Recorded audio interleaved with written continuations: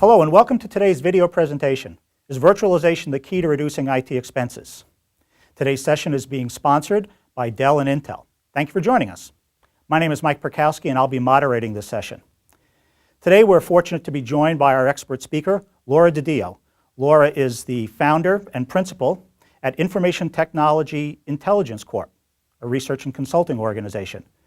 Laura has been a consultant and analyst in the industry for a number of years and is a former research fellow at the Yankee Group. And she's also a former editor and writer for high technology publications. Laura, thank you for joining us today. Great to be here, Mike. So Laura, we're going to focus today about the notion of virtualization and what it can do for small and medium businesses.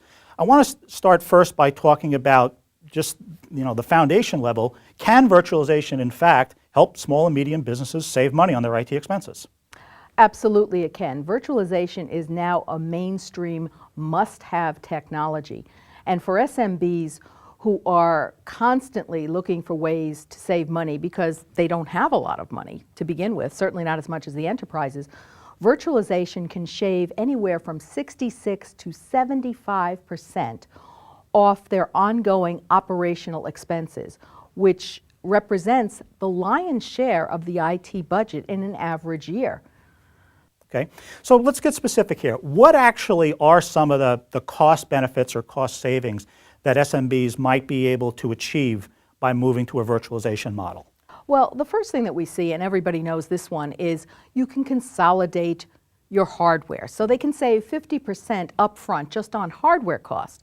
However, once again, going back towards the notion of ongoing OpEx expenses, virtualization incorporates built-in disaster recovery, backup, storage. So those are big ticket items. So what happens is when you've consolidated this now and suddenly you're saying, oh wow, I can save on my storage, because storage, as we know, is going out of control. I mean, you've got a lot more unstructured data out there. Storage requirements are growing at least 20 to 30%, even in small SMB companies with under 50 people where the headcount isn't changing. So suddenly, if you're consolidating your storage, you've got built-in backup and disaster recovery. Right there, that helps. And now what we're seeing is with new deduplication technologies, you're able to reduce the bandwidth consumption. That's another big ticket item. So all those things really help the network, and it helps the IT administrators who are typically overburdened to begin with. Right. Okay. So virtualization has great upside opportunity even for small and medium-sized businesses, not just enterprise technology. What are some of the other opportunities, the other initiatives that SMBs might take into consideration when looking to get a better handle on their IT expenses? Okay, well, one of the things they have to pay attention to is the core components and building blocks of their network infrastructure. As you know, the last several years have been incredibly tough from an economic standpoint. So companies have basically put off all but the most necessary expenditures and upgrades. One of the things that suffered here, hardware. Okay, now the product life cycles have lengthened. We know that the hardware has gotten better, as has the software. However, if you're going to be doing things like virtualization and clouds, you need the most robust, leading-edge hardware that you can possibly get.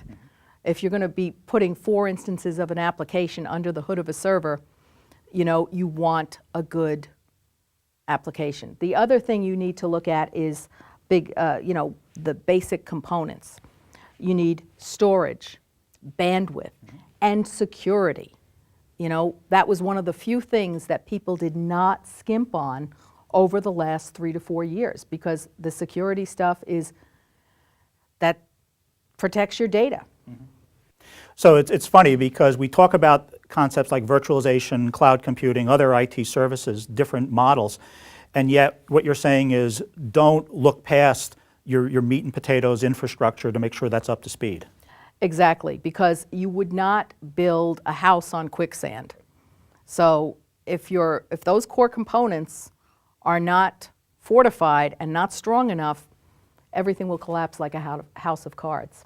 Okay, so let's get pragmatic. Again, we're talking about small and medium businesses here who are, one, smaller budgets to begin with. Secondly, smaller IT staffs who may not have a lot of expertise in very specialized areas, okay? There's a lot of areas that you've identified that they could invest in. What's the thought process that you would counsel them to go through when evaluating and prioritizing those investments? Well, what they have to do is first define their business goals. The business needs should always dictate the technology decision and not vice versa. Once you've defined the goals, then you have to do a thorough assessment and review of your current infrastructure. You need to take an inventory. What's working? What isn't working? Do I need to upgrade my hardware? What's going on with my security? What's going on with my bandwidth? Once you do that, then you need to make a 3 to 5 year plan so you can do a natural progression. When is something going to pay for itself? When am I going to get the ROI? Do I need cloud computing? Do I know what that is? Do I want a private cloud versus a public cloud? Do I have a disaster recovery plan in place? All of those things are very, very important. And then you have to, once you decide on the technology, you then want to follow best practices to the letter. The other thing that's very important is clearly your vendor selection. And we're not just talking these days about the price of a piece of server hardware.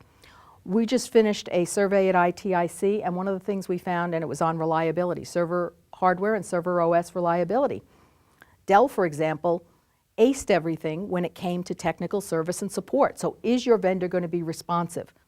Because one of the things we've seen is the only good downtime is no downtime.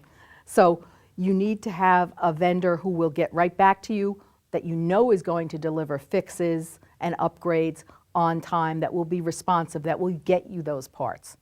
So all of that is crucial. Yeah, that seems to be a really important thing that even small and medium businesses forget, that even a moment's downtime has a tremendous multiplier negative impact on their business. Yeah, exactly. Okay.